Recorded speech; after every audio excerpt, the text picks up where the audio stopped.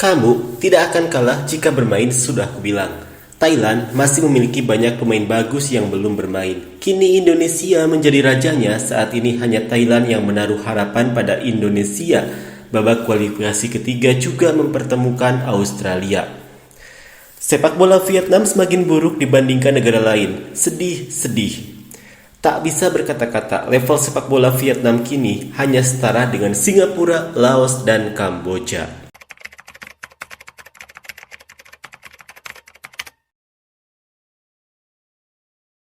Hasil mengejutkan terjadi saat Vietnam melawan Thailand dalam pertandingan FIFA Matchday. Tak disangka tuan rumah Vietnam kembali dibuat babak belur. Vietnam harus mengakui ketangguhan Thailand dengan skor tipis 2-1. Hasil ini membuat Vietnam sekarang kehilangan banyak poin FIFA setelah sebelumnya kalah dari Rusia dan sekarang dari Thailand. Seperti inilah komentar fans Vietnam. Sangat memalukan sehingga membosankan untuk ditonton.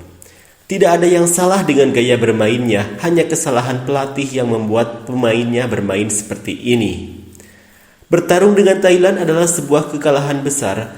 Melihat cara kami bermain, kami tahu di mana kami berada dan di mana Thailand berada. Sepak bola Vietnam sudah berakhir. Sekarang dia bermain seolah-olah dia sedang bernasib sial, memandang rendah lawannya, tapi dia perlahan merelakannya. Saya tahu Thailand tidak lemah saat ini, namun jika mereka menendang dan memukul seperti menghina fans, saya akan terima. Wasit bias, lebih dari 2 kali pemain Vietnam terjatuh dan tidak memberikan penalti. Thailand membeli wasit. Vietnam sekarang hancur.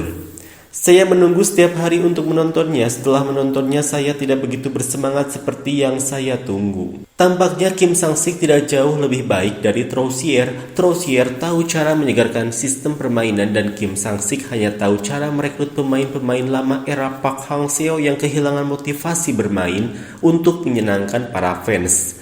Federasi Sepak Bola Vietnam sudah ketinggalan zaman. 30 tahun psikologi takut dengan Thailand. AFF selanjutnya akan takut dengan orang Indonesia juga. Semakin banyak yang menonton, semakin saya frustasi. Sepak bola Vietnam tidak memiliki prospek. Melawan Thailand, jika tidak tim kuat dan kalah, maka melawan tim Indonesia pasti tim Vietnam kalah. Netizen Vietnam ramai mengkritik Indonesia. Namun kenyataannya, saya melihat sepak bola Vietnam tetap stabil selama bertahun-tahun, masih kalah impresif dan lebih baik dibandingkan tim-tim di Asia Tenggara. Sedangkan bagi Indonesia saat ini tidak mungkin menjadi WNI yang dinaturalisasi. Pertandingan terburuk Vietnam dalam beberapa tahun terakhir, pelatih ini juga perlu kita review. Kenapa memanggil Din Tan Binh dan Hong Dui? Karena menyia-nyiakan kesempatan. Hong Dui yang berbadan kecil menendang seperti terpaksa masuk ke lapangan untuk bermain sepak bola.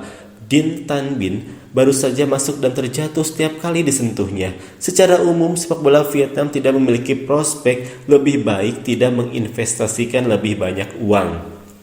Saya tidak bisa berbuat apa-apa, tapi saya sangat kecewa disebut sebagai pemain dengan kualitas terbaik di Vietnam tetapi kalah telak. Saya tidak tahu apakah besok Laos akan mengalahkan kita atau tidak.